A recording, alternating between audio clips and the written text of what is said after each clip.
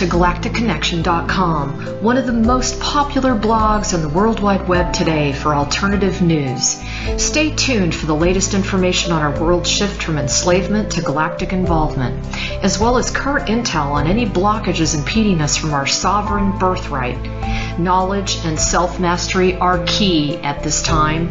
Our commitment is to present you with the latest breaking conspiratorial articles, off-world messages, exopolitics, cutting-edge technologies and sciences, and also an ever-significant intertwining of spiritual support and metaphysical scope that one needs to dive down the rabbit hole in search for truth with balance. We are truly on the horizon of a new golden age filled with the promise for more love, worldwide peace, and accelerated intuitive skills, where every living being can exist in cohesion and abundance. It is whatever we envision and dream this new world to be. I say to you now, let's redefine the new world to the beginnings of our own precious heaven on earth.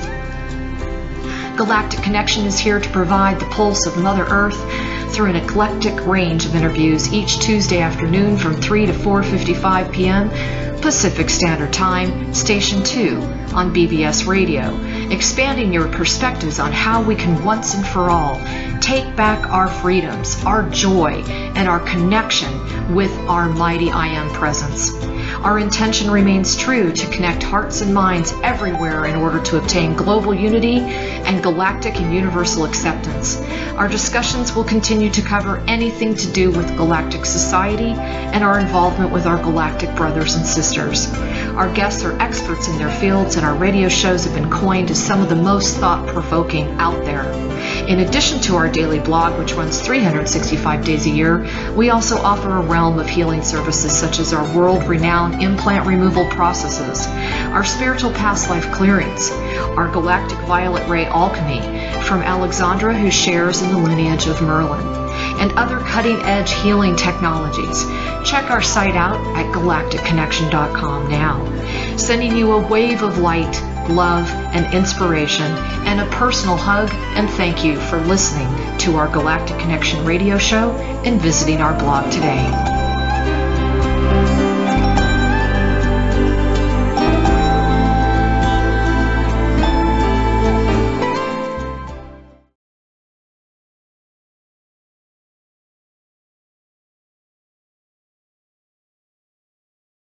Well, that started back in 2011. I was up in bed reading, and I think I was journaling. And I was, of course, researching a lot of interviews. I've always been a diehard researcher on the internet. And I heard this very masculine voice say, you need to get going on your mission now. And I remember looking, and then they said, yes, we're talking to you. And then I heard, telepathically, we need to have you get started on the website. And I'm like, what are you, crazy? That was their key statement. I'll never forget it. They said, obviously your definition of urgency is different than ours. A couple months went by, and then February 10th, 2012, I just got pushed. I mean, I literally think I just got my butt kicked on the inner plane. And I just started, and it was almost as if I couldn't get enough of it. I worked 60 days, literally around the clock. I didn't even hardly sleep. And I was told that it needed to be done by April 1st. It actually revealed itself and came through me as I was writing, but I had no idea what I was taking on. I didn't know it was going to end up being a literal library of Alexandria, so to speak, for online articles. And it started manifesting in such a way. And I remember there was literally a half moon of ascended masters behind me. And there would be moments where I would get so stuck because I'm not a techie. And I would say, I can't fix this. I can't get this to work. I know you want this done. I only have so many days to get this done. And it would, like before my eyes, just fix itself. Just.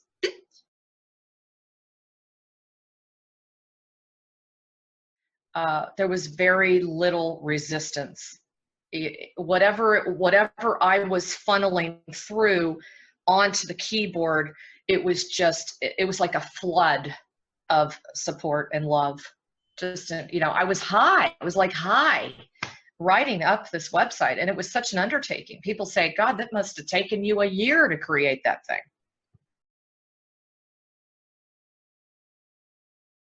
That was really over a period of time, and I would get very frustrated because I would see other players on the internet just, sharing their exaltations of all these messages that they were receiving from above and so on and so forth.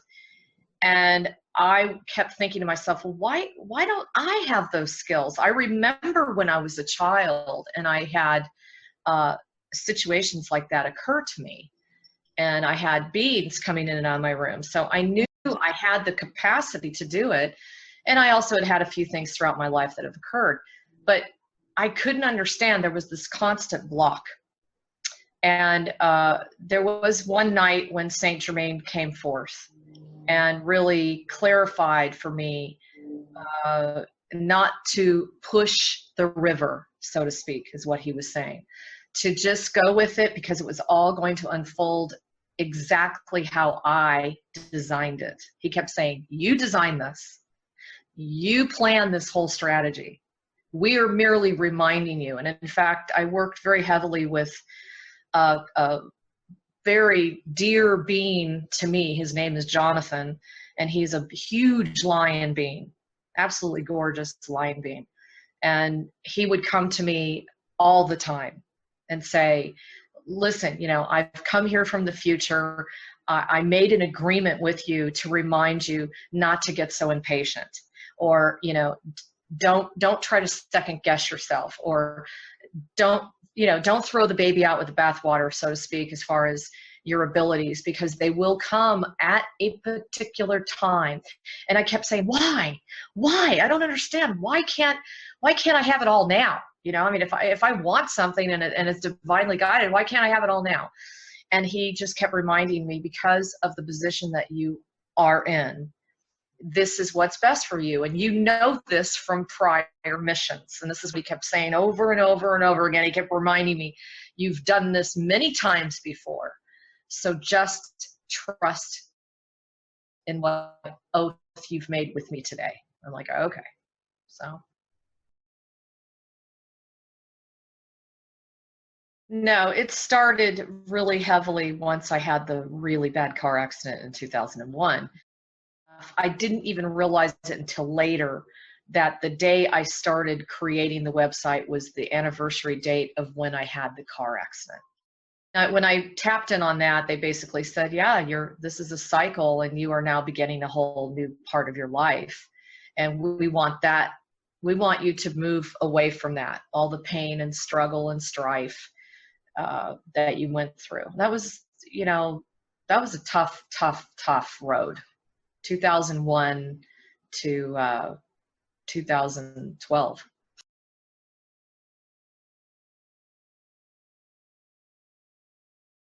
I see myself as and this is probably going to sound really weird, but I see myself as a container as well as a conduit, and a container of a very large group of highly tuned and dimensional forces. I'm not even going to say even just beings. I feel that I have been divinely sent here. And I've been around on planet Earth for probably a good 500,000 years. And I've been doing this for a long time, getting ready for this moment. But I do feel that I'm representing such a magnitude of other races and beings of other dimensions because of my skill set in the galactic world, which is mediation, ambassadorial relations, and the incredible desire that we just get the fact that there's all different walks of people, beings, and all different cultures, but different does not mean the stance of critiquing. Difference does not mean the bizarre or weird or you know, or a platform in which to say, ooh, I don't like that. Different is going to become a very common situation for us in the near future. And as a race, as a human race, we need to come to terms with being different from everyone else is magnificent and beautiful.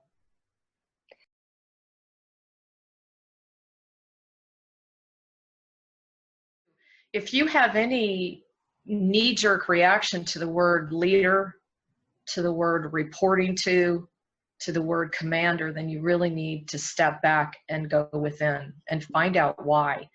Because on the other realms of existence, there is not this preconception of meanings of defining words.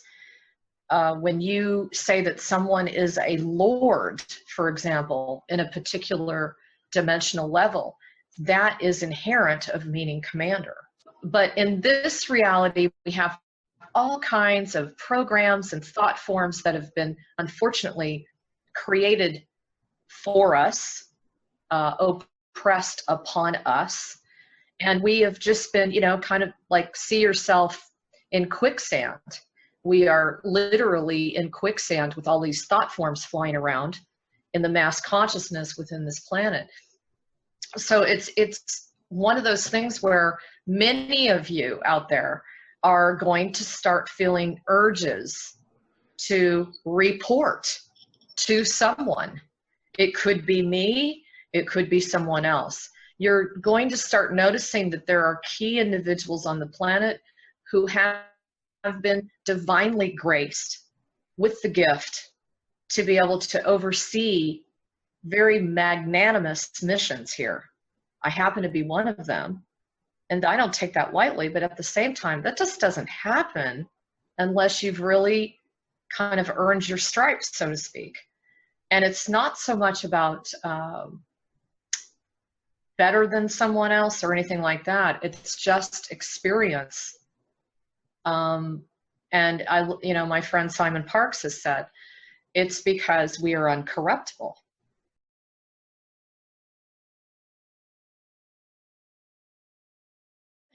In order for one to be a master, one must face every challenging situation and have the capacity to bring it back to a state of balance. If they're facing adversity, they must always move within their self-awareness and their universal truth.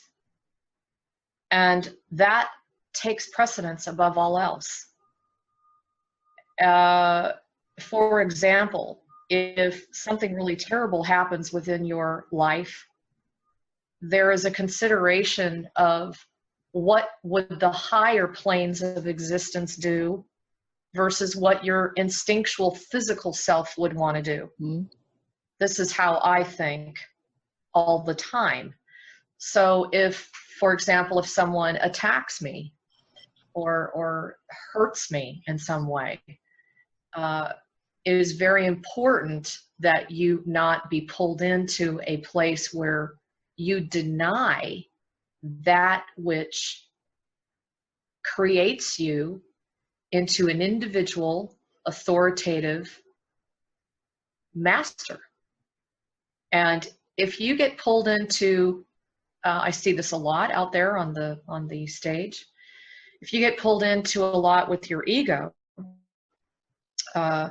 if you get caught up in, you know, lots of people wanting to talk to you, or, you know, you start forgetting that one of the main reasons that you're even in that position to begin with is through grace, through trust, through experience, through the faith of a consolidation of beings. If you ignore that or take that lightly, it will be eventually pulled away from you. Back in 2004, I was really struggling with pain, physical pain, and a lot of injuries within my body. And I was really being hounded by a friend to go visit a Hermetic teacher who she claimed had just magical healing abilities. For whatever reason, I kept hesitating to go. And I was just constantly seeking out healing modalities, therapies, ways in which I could release all of this stuff that I was holding on to. And so finally, my husband got sick. He got so sick, he didn't eat for 4 days. I knew that was really serious because my husband loves to eat. And there's many of you out there that know him, and you're probably getting a chuckle on that one. Anyway, so I finally made the phone call for him, not for me. And as I was on the phone talking to this guy, he said, "Oh my God," he said, "the pain from your middle back down is," he says, "I hope you're coming with him." I said, "Well, yeah, I'm driving him." So we made an appointment. I think it was New Year's Day or the day after New Year's, which is very interesting. We walked in the room, and it was a very small, very dark room. And we walked into the room, and he literally went like this, and his eyes just went boing, boing, you know. And I looked behind. So I sat Steve down, and I said, "What are you looking at? You look like you think we've got 17 horns on our head." And he says, "I've just never seen two together." And I said, "Two what?" And he says, "I've never seen two guardians together." I said, "Wow." I said, "What's a guardian?" He says, "Well, that will take time." And I trained with him for a couple of years and learned a great deal. And over that course of time, I can say that, first of all, a guardian is going to know, they are going to know in their gut that they are one. That's one thing. Secondly, the guardians have a very special role here, especially with this mission at hand. And we have very special bodies as far as the amount of Hellion light that we can, channel through our bodies. And because of this, we are great anchors and great grid builders. And so we do a lot of grid work, a lot of repair work. The other thing is we're catalysts. And most of us, we grow up our whole lives wondering what's wrong with me, because we tend to walk into a room and nobody likes us, or we piss people off, or they break down and cry and tell us their whole story. Or you'll hear your whole life, "I don't trust anybody like I trust you." And they'll tell you their entire saga that they've never told even their own wife or children or best friend. And this is inherent of a guardian because it is what makes us us. We're very, very enlightened souls. However, we're now at this time, there's many different levels of us because many of us have not known that we were a guardian. This is deliberate. Why is this deliberate? Because we go into very, very challenging and difficult missions. We take on childhoods, marital situations, health, chronic illnesses that most people would die instantaneously. We just seem to manage to skate right through them.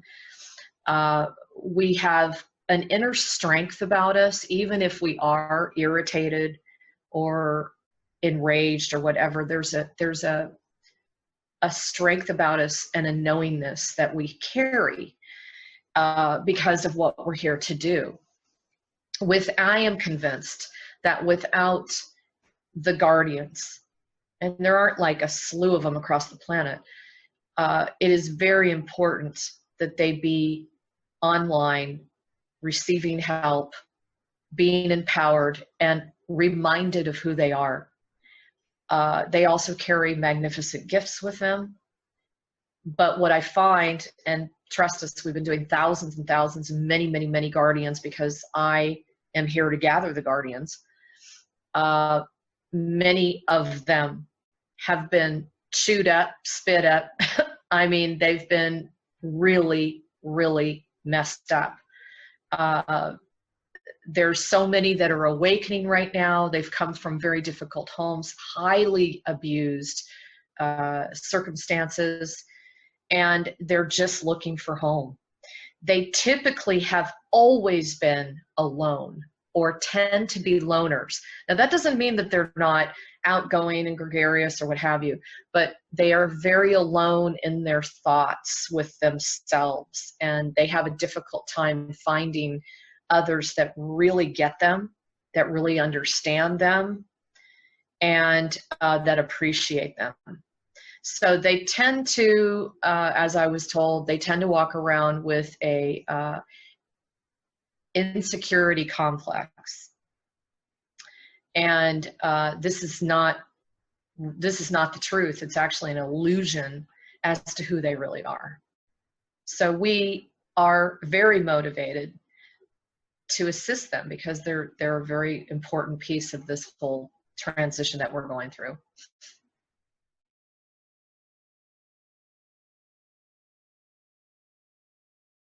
When the guardians were sent in, they were sent in basically deliberately not to know one another. And this is because they carry a very large magnetic field. They hold a very large space. And even though they might consider themselves to be messed up, highly abused, very much in grief or what have you, just their mere presence catalyzes the planet. It catalyzes groups of people around them. It causes people to they're almost forced to look at themselves in a way they didn't really want to do before.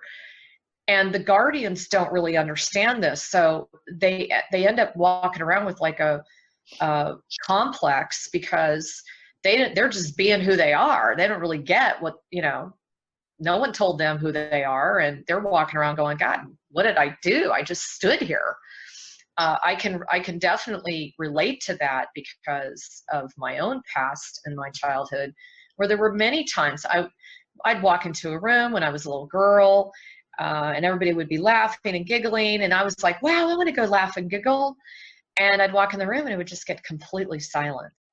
I didn't even know these people. That's the thing. That's when you really begin to realize there's something energetic going on with us.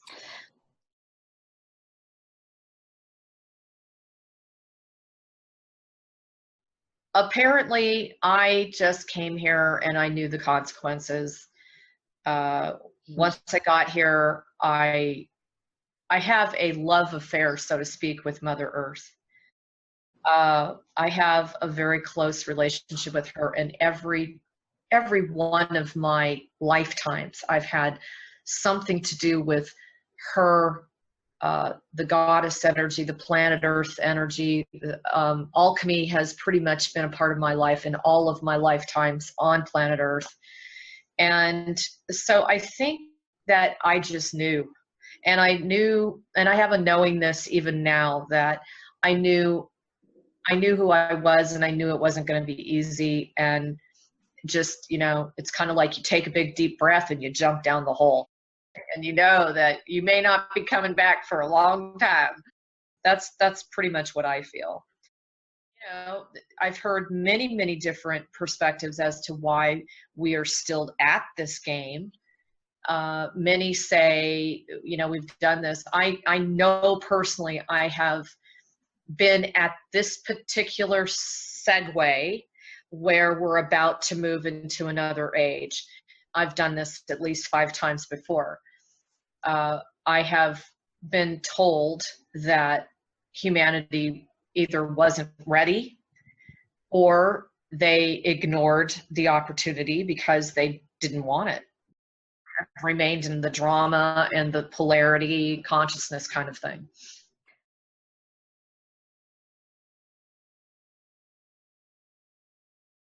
The guardians here are the boots on the ground for the Guardian Alliance, which is made up of, I mean, literally billions, if not trillions, of beings around multiple galaxies and multiple planetary systems, etc. This is something that's needed. Why? Because, you know, what are we all about here? We're not about completely annihilating darkness, okay? We're not removing darkness. What we're doing is we're trying to bring the balance back. It was literally to the point where it was probably, what, 98% darkness and a couple of percentage points. I'm not talking regarding each of us individually, but it's throwing that out there. But I mean, the bottom line is it's gotten so bad that this, apparently, from what I've been told, this is very common, believe it or not. There are some very newbie kind of star systems that they get started and they move up through their evolutionary scale, and either intruder forces get access to them, or they make some stupid decisions where they get involved with maybe higher beings that have chosen to provide them technology that's way beyond their capacity and capability to control, maneuver, use with responsibility. We're definitely that type of race here. And these intruder races, they tend to prey on younger star systems and younger planets. And so this is kind of like, if you looked at it, you know, as many of you know, I look at it very much where whatever's going on within your body is a direct photograph and a direct reflection of what's going on the planet. You know, if you take a grain of sand, it's going to have just as much activity within it, within its own sphere and its own universe. You know, as they take the telescope and they go down further and further and further, and they see into the smaller and smaller molecules, what we're realizing is size makes no difference. You and I are essentially like a walking planet, okay? So this is really not abnormal when you're talking free will, okay, which is part, supposedly, of the universal laws. Now, the Guardian Alliance was actually put together, and anybody who reads up on the Guardian Alliance, you know, I knew the moment that the information came to me, the Guardian Alliance is primarily, they've been orchestrated and organized for one major core reason, and that is to literally, truly rescue these younger embryonic civilizations that have gotten caught in being intruded upon. And I use the word survival very carefully because it's not about them doing it for us. They're just here to provide us tools and support to get through this very difficult process, because there's going to be a big leap. And that's not easy for an embryonic civilization. But the second most important thing is they are here to share the teachings, very ancient teachings, and to educate. And what I mean by that is re-educate. Because even you and I and every enlightened soul that's watching this interview, as enlightened as we are, I say this all the time, yeah, you know, I can't wait to see what I'm really going to learn, okay? Because so much of what we think we know is going to probably fall apart tomorrow. So, but, you know, getting back to the Guardians, one of the other things that happened to me was, I think right around the time I had the car accident, which was in 2001, in the year 2000, right around that time, very bizarre thing happened to me. I was living, believe it or not, on a spiritualist camp that had been created in the late 1800s. And we fell into this place, and, you know, that's another story. But basically, we were there for about 10 months. And through that period of time, we're just sitting out in this big grassy area, which was a portal, okay?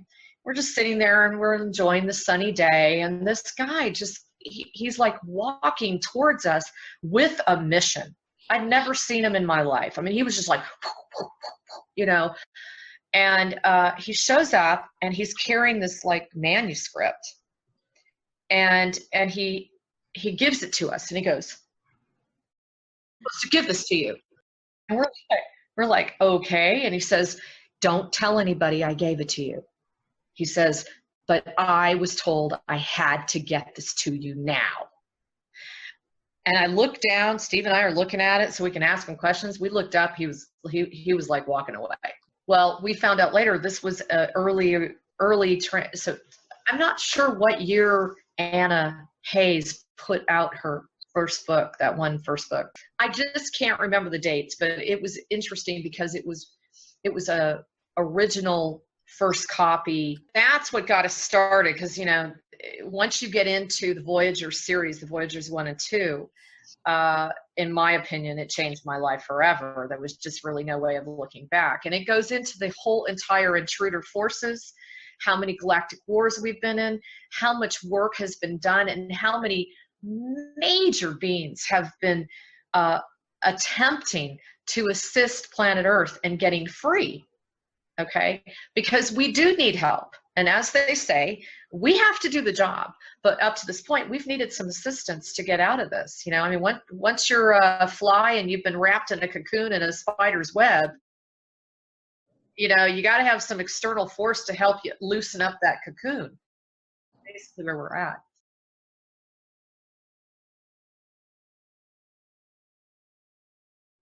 In my world, especially when I'm doing my alchemy, there are filaments, and they are frequentially, they're designed and they're formed according to their frequential space. And in my opinion, you know, this is where I get stuck, is like, is there really like another dimension? You know, I don't think that there's like a line. It really doesn't work that way. We're actually breaking through dimensional levels right now, all of us that are attempting to enlighten ourselves. And we're already stepping into higher frequential waves of existence. And that's really more of how I see us kind of interrelating with Mother Earth, Father Sky, that kind of thing. The other thing I would also say is, most people out there would agree, we've already been in the higher dimensional realms, and we came here to do a mission, and therefore it is part of our life to kind of come and go into the different dimensional levels, as they call it. So, you know, if we're here to help the masses, guess what?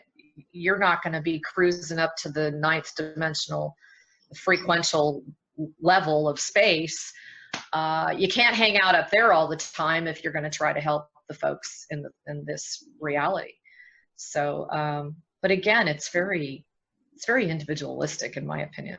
I think we're all kind of cruising around in our own spheres of light, kind of all float around. And then when we really find someone that we click with, that's when we start creating amazing sacred geometrical shapes.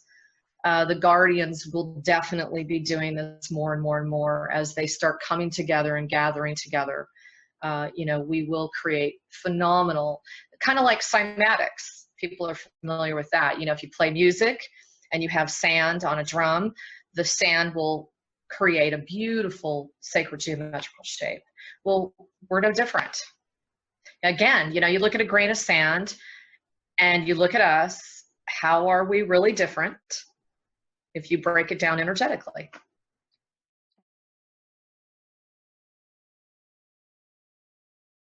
The main upshot of the whole thing is when I get frustrated, they remind me that each of us, we will make an agreement. We will make an oath or a decision as to how much our psychic gifts will come back. And There are all kinds of electronics going on that are blocking that. There's all kinds of electronic grid stuff affecting that.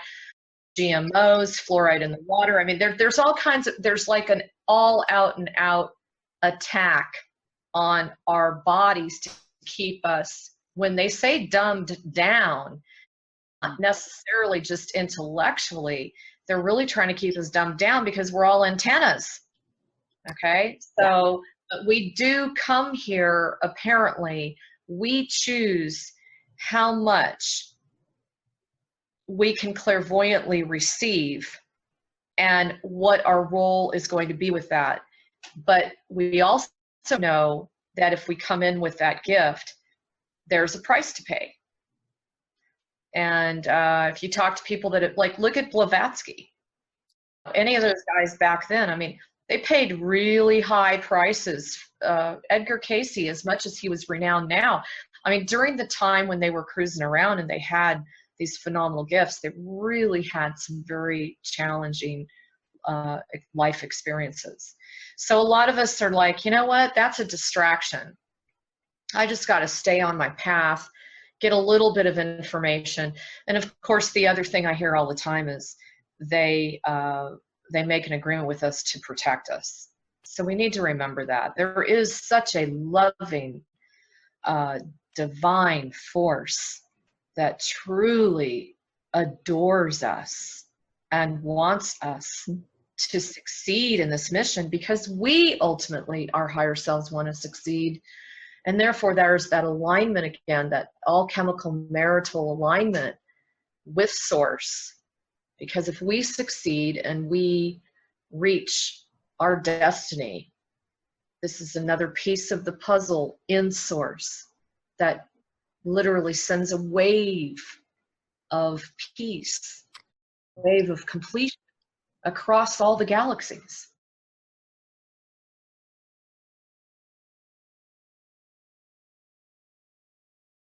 Well, the whole implant removal thing, it came to me, kind of knocked me upside the head. I was at that time interviewing Cobra, and Cobra was one of the first people to really heavily discuss the implants. And you know, I had interviewed him and asked him a great deal of questions about it. I have found out since then that that was my clarion call. But then, you know, you're not really realizing that sometimes.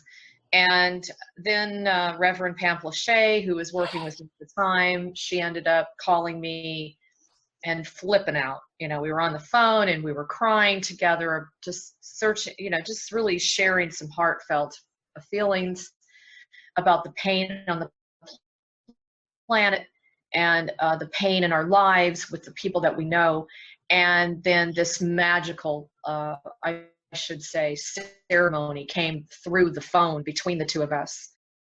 Now, it's interesting. Somebody had contacted me before that, and they had said, "Hey, Alexandra, I just want to let you know the decision's down to between you and somebody else." And I said, "What are you talking about?" And they said, "Well, apparently, you know, you're both vying for some specific position, and you're both named Alexandra." It didn't feel right. I thought, you know what, that's just, I'm not really vibrating with that. And then this happened. So I went to work, and it was a full house. I knew it was a big deal, as did Pam. And our job was to really go to the very ancient seeds of the implants themselves. There are people that remove implants, but they don't do what we do. And that's okay. You know, I'm a really big proponent to support all the healers out there that are doing their work in integrity and honesty and good intention.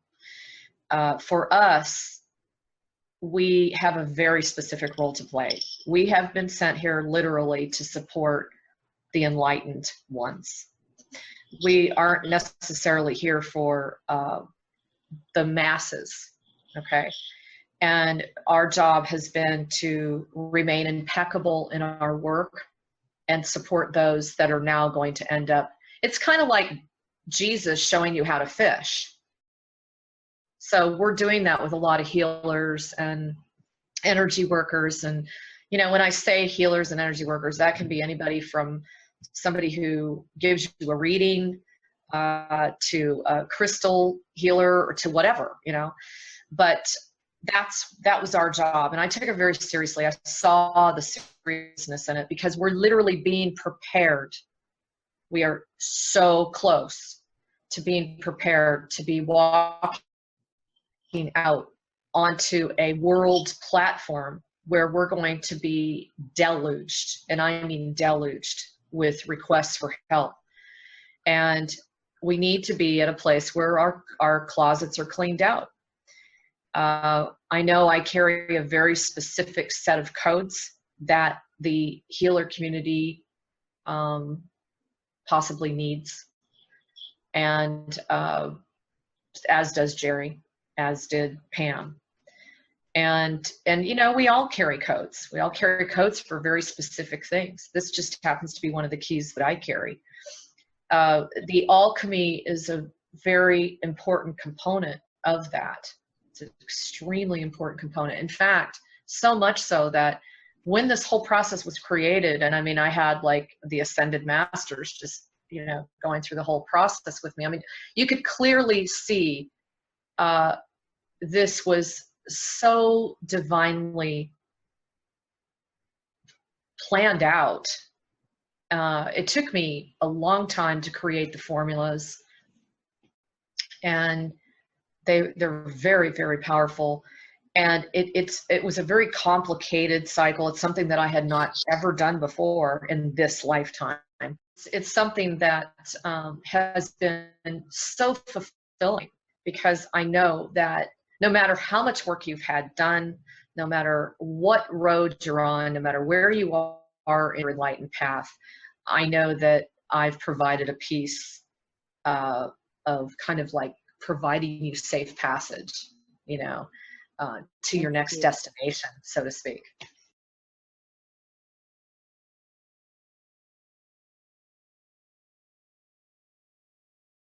I would say since I started this in 2012, I have had nothing but interference. I mean, it's just been nonstop. 2015 was a tough year, as everybody knows. They took down our site, and they took down just about every application that our site was affiliated with. And since that time, you know, the messages that have been coming in is I kind of took the bullet for the teams, so to speak, electronically. We've been working with very large, what we would refer to down here as IT engineering teams, to be able to create better frequential electronic platforms in which we can operate within, that are not constantly being manipulated and intruded upon.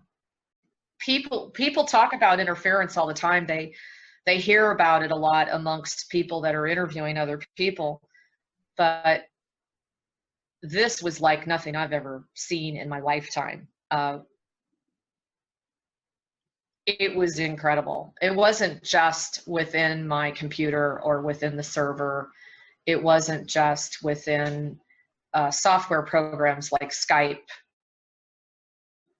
Facebook, Twitter. It wasn't just within that. It was literally an absolute, highly targeted and planned out strategy where literally a group of people were sent in to my life to try to railroad me. And you know, these sorts of things happen to targeted individuals, but when you are in the midst of it, and every turn you make, you're realizing, wow, I seriously have no control over these electronics.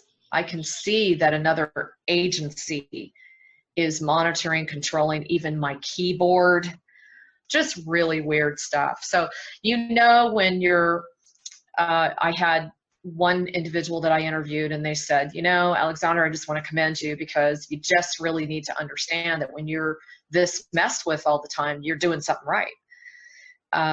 And now I'm just ready to not have that resistance. You know, the other thing that was an initiation, and I do want to remind people that you really truly don't know your stuff. You know, you've heard that movie called The Right Stuff.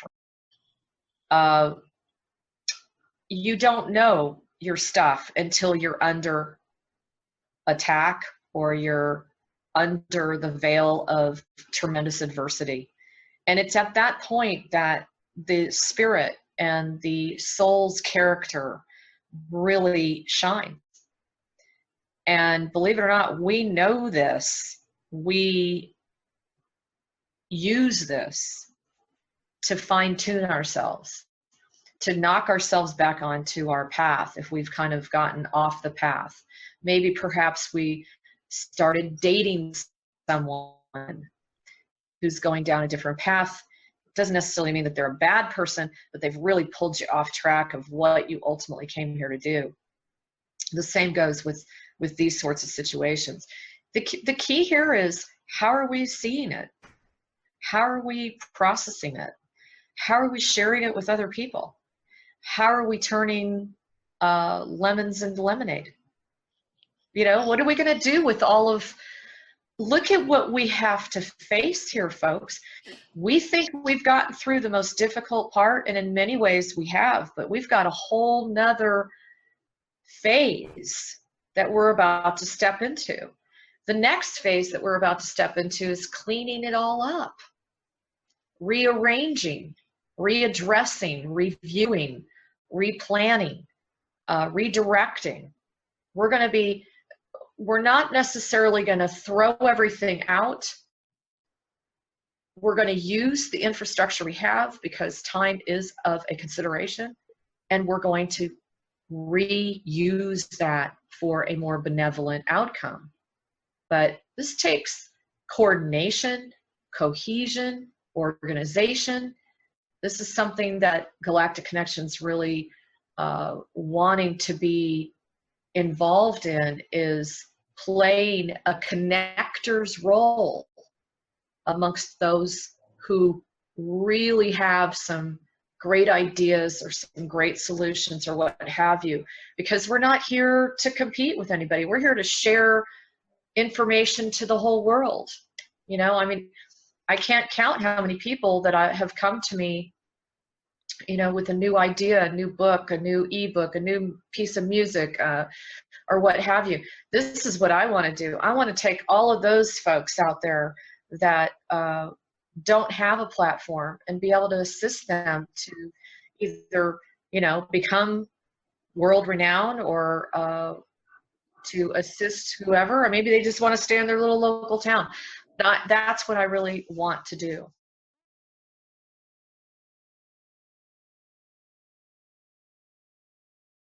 I saw this very clearly a couple of years ago when I was participating in another council. You know, the council is only as good as those that sit at the table. And those that sit at the table, when you say you're a representative of that council and you say that your mission is to build a bridge, okay, well then you better make damn sure that you yourself are living that mission. It's not something outside of you. That's my whole point. So we're all being put to a test about our character and our willingness, even if you don't feel it, even if you don't know it yet, to just be able to acknowledge that there is a part of you that is a master. There is a part of you that has all these answers. And I just love that saying that Jennifer Hoff says, you know, when do you make the decision that the universe is watching your back? We have been trained and programmed to believe that we have to watch our own backs, that we have to make decisions and work it out. We're really stepping into a whole new way of being that doesn't require a lot of work. It's more about becoming your conduit for your guidance, your star system, friends and family, your angelics, maybe your fairies, whomever that you affiliate yourself with, you becoming a very pure conduit. So that conduit is not all gucked up and full of gunk, so that the messages cannot be received. That's the key right now. More of us do that, where we're open and we're receiving the message and they're just gushing in, the better for the entire planet, because it's all about frequency.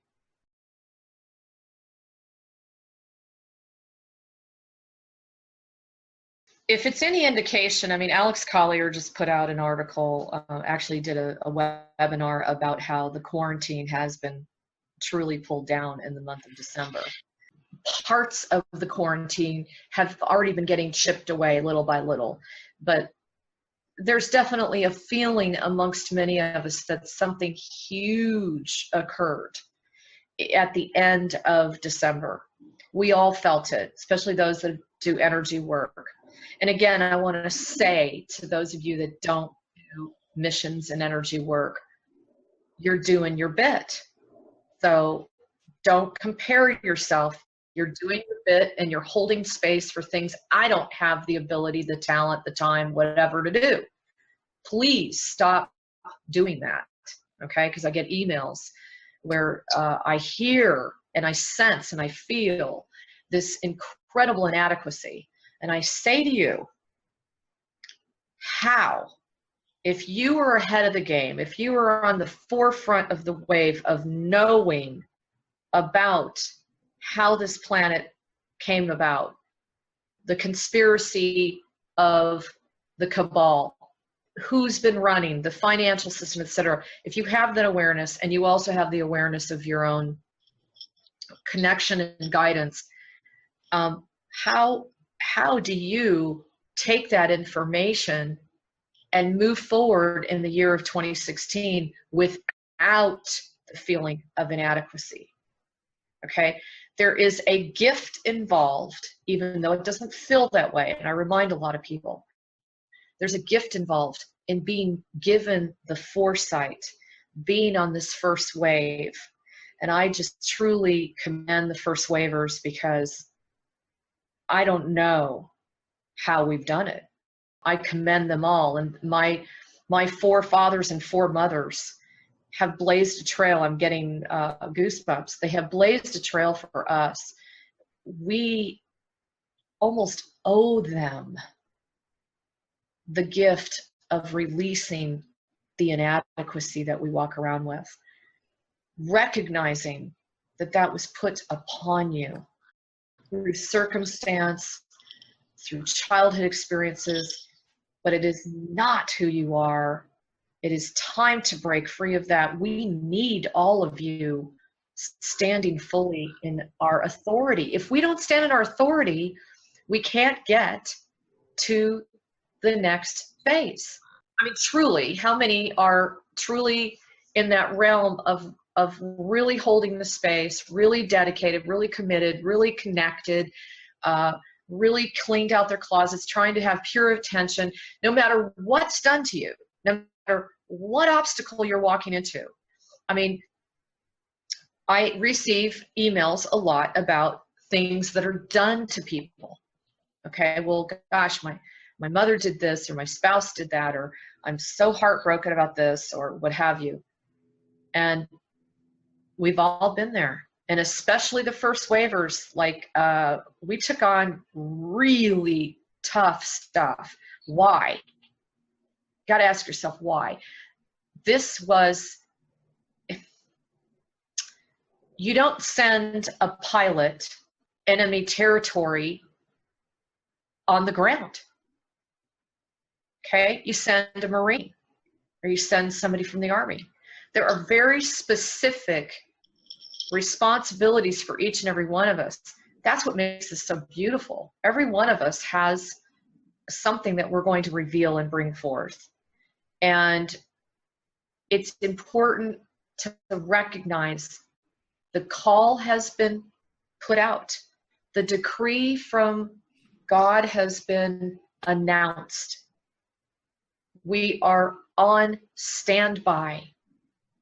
And the sooner you step into your power, and what people mean by that is the sooner you do that work, you recognize that you are of God's essence. I love that saying, God doesn't make junk. And you are of that beautiful spirit. All that other stuff, it can be worked on and removed. You know, it can go away. You just have to have that intention, that purpose, that desire, that burning instinct to free and clear and clean yourself up. And that's my call to all of you out there.